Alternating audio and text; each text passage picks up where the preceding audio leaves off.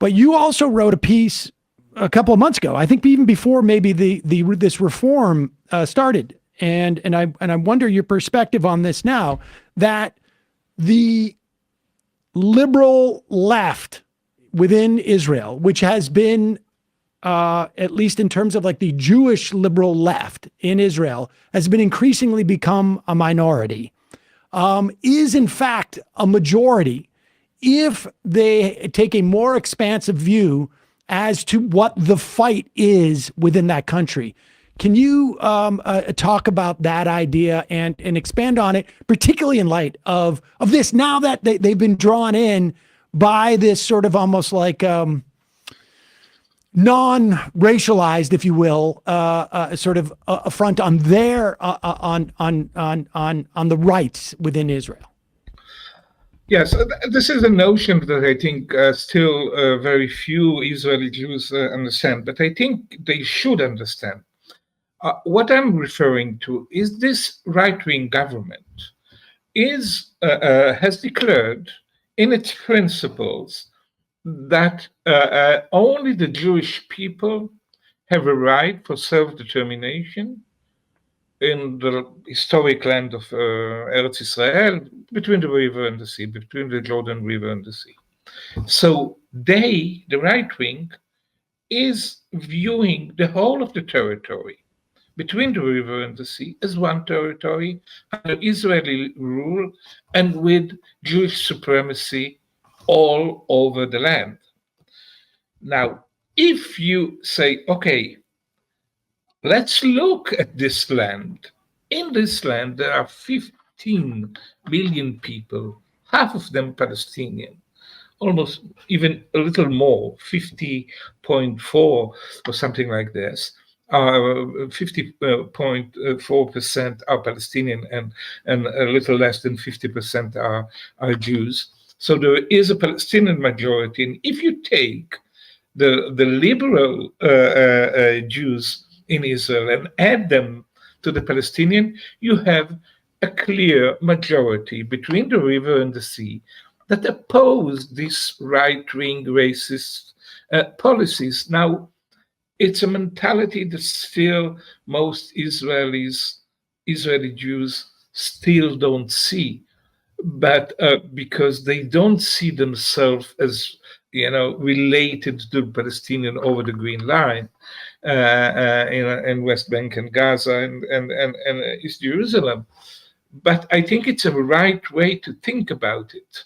We have to think about it. And if we will think in this way, I'm talking about the liberal left, then we will understand that we are not a minority. We are a majority. And we can use this majority. We have to understand that the right wing, Smotrich, and he said yet today, maybe we will go to Hawara, he said in his words today, after there was this attack, this pogrom on Hawara by hundreds of settlers, he gave a like to someone who called for the destruction of this village, 7,000 people, Palestinian living there. And today he was asked about why did he give this like. And now he said today, I think Hawara must be destroyed. And we should say you're talking about Bezalel Smotrich. Is that Bezalel Smotrich? He is the finance minister. He sits in the cabinet and he also is a minister in the Ministry of Defense. He is now responsible for all the civil side of the occupation in the West Bank. So he's saying, I think this should be the policy of the government to destroy this village, a village of 7,000 Palestinians. So yes, those people in government, like Bezalel Smotrich, like Itamar Ben-Gvir, He was a Kahanist. He was a member of the Kahana High movement, and now is a minister for responsible for the police. The Kahanist, we should just say, our Meir Kahan was a sort of a radical fundamentalist, nationalist too. I think. I mean, he was racist. He was banned from the Israeli Knesset. He was the only one who was banned from the Israeli Knesset because he was considered racist by the Supreme Court. So they want to really to have a decisive victory. That's how they say it, decisive victory over the Palestinians, and lead them either to surrender and accept apartheid regime, living in inferior rights, or leave, meaning a new Nakba from 48. That is their policy. And the people who went to Hawara on Sunday are their people. I don't know, I cannot prove, of course, any direct connection, but they come from the same, way of thinking. Yeah. So yes, so they want the Palestinian out, not. They don't want better rights. They want them out. So I think it's definitely not a democracy. What I have noticed over the years is that the right wing in Israel, and even like not even the far right, like just Netanyahu, who I think in a vacuum, I consider to be far right, but within the context of Israel is, almost considered the center at this point. They and I remember a quote to this effect. They will make common cause with really right-wing fascists in Europe. They will make common cause with Christian Zionists in this country. And there was a quote that was from years ago, and I don't know if it was from an Israeli general or whatnot, but somebody had said to him, like, you realize these Christian Zionists, they want you to burn in hell. Like, I mean, their plan for Israel does not include you doing anything other than, and he said, I'll worry about that when that time comes. The willingness of the right in that country. And I think there's really not necessarily any inherent conflicts per se between the fundamentalist right and the ethno-nationalist racist right. There are some, but they seem to be rather small. But you would think that like maybe there's even more like with Christian Zionists or with, fascist anti-Semites in Europe. They're willing to make that common cause to further their project. Yet they're like, what's it going to take for the Israeli liberal left to understand that the Palestinians have been the canary in the coal mines, and that they are their fates are intertwined in many respects. Unfortunately, I think most of those hundreds of thousands who go to the streets every week, and this is very, very impressive, I must say. Right. I mean, we should be clear. That's like 6 million Americans going out and marching every weekend in this country. 6, 7, 8 million. I mean, that would be huge. It's huge. It's really huge, and they are persistent, and they are ready to fight. They are ready to confront the police, and this is very impressive.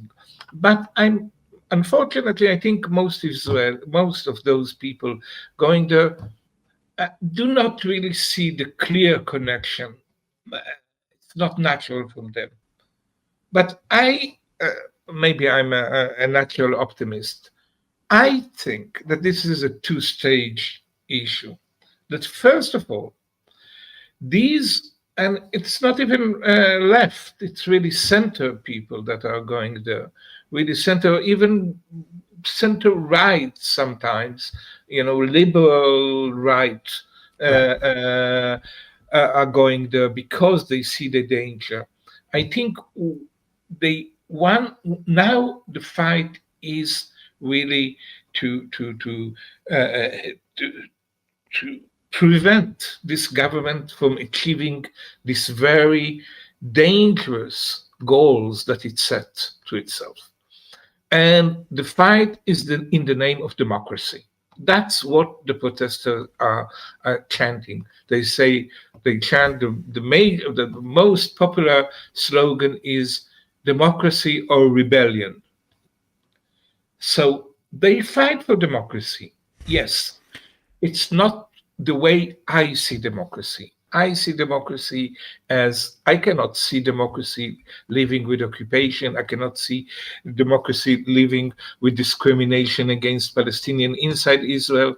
But yes, once the issue is democracy, and once this issue will win over the right wing and this really frightful coalition of fundamentalists, ethno-nationalists, racists, and this coalition will be defeated. If it will be defeated, I think it will be a new start for many Israelis to start saying, okay, now we have to think how to strengthen our democracy, to think what does it mean democracy, to think over the real deep meaning of this word. If you fight for it, then afterwards you have to think, okay, what we have fought for.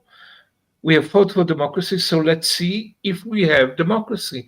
And I think inevitably they will see the connection to what's happening in the West Bank. And what happened now in this week in Hawara is a good example where the same people that are pushing for this judicial reform are the people who went and attacked civilian in Hawara.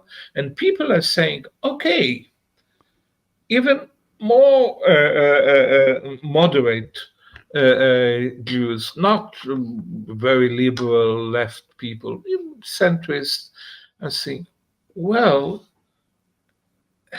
they want to impose the way in Hawara and in Tel Aviv. It's the same thing.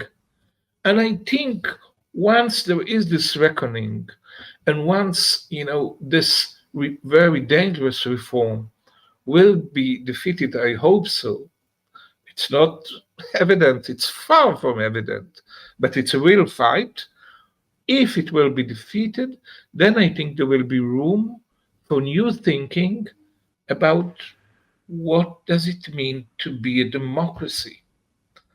It's like a huge, lesson in political science. Like Israelis are going to a very sophisticated and very short-term lesson in political science and understanding the basic meanings of democracy, majority rule.